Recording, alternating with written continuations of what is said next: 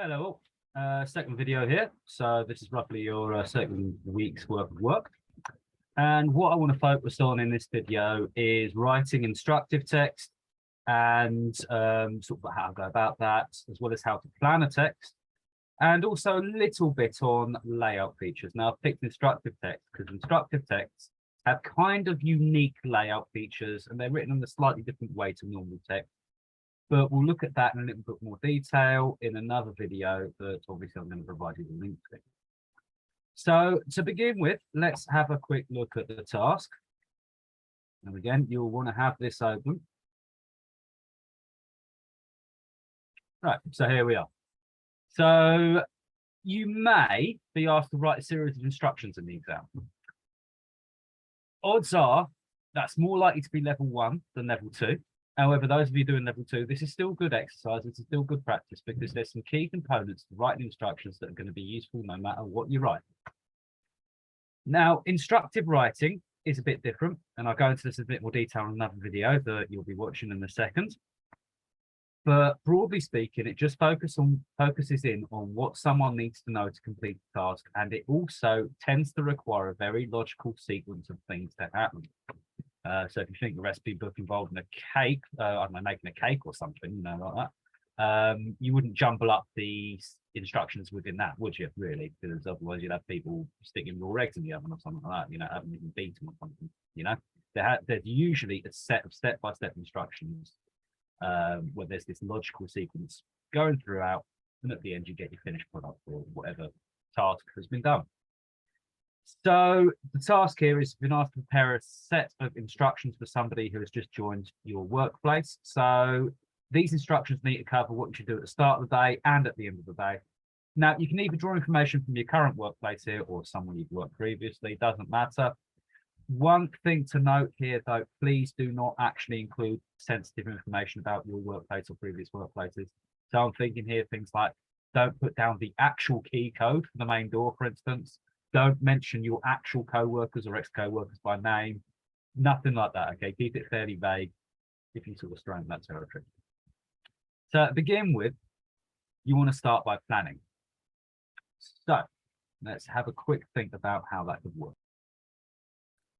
Okay, so with planning, there's a bunch of different approaches. Some people use spider diagrams, some people use bullet points, some people use post-it notes. Honestly, does not matter, really. It really does not matter at all what method you use, as long as that method works for you, then you can take your plan and turn it into a finished product. So I'm just going to use bullet points here, and I'm going to go for, well, years and years ago now when I worked in a restaurant, and sometimes I had to open up, sometimes I had to clean up after. Right, so I've got to think to myself, okay, what do people actually need to know? Right, at the start of the day, you've got to turn the alarms off. Let's see, suite, main area, way, anything, step down, shift. So this is fairly straightforward stuff. Hopefully this should come to you fairly naturally. Just have to think about what we did. Open.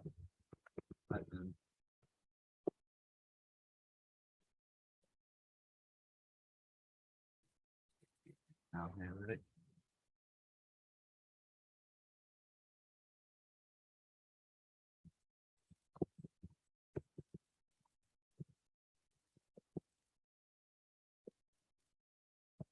So there we go. That would be the start of the day.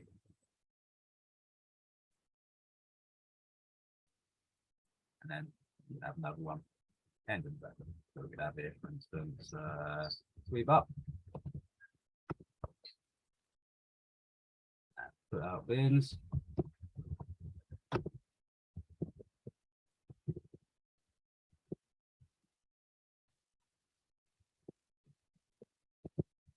Empty dishwasher. Up.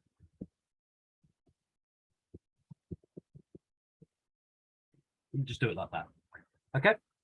So, I mean, the reason why we plan, especially when we're writing instructions, is I can guarantee you, you'll be doing this plan, and then you'll suddenly, something will pop in your head and you'll think, oh yeah, that needs to be done as well.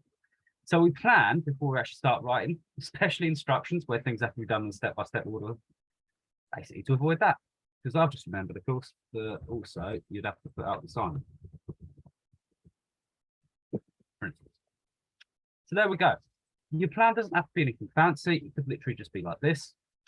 So what I am going to ask you to do now is I'm going to ask you to have a go at the planning. Then you are going to have a watch of that video. And then we will continue. Okay, so now you've got your video. You've had a bit of a look at that. Remember, the link is on the worksheet, but it should also be in the email that you get as well. So now we need to start to think about turning this into a set of instructions, really. And we also need to think about what we're going to potentially add to this in terms of layout features. So just to introduce layout features. Layout features are things that turn this, for instance, into something that actually works. So what I'm going to ask you to do now is I'm going to ask you to take your plan and turn it into a finished piece of text.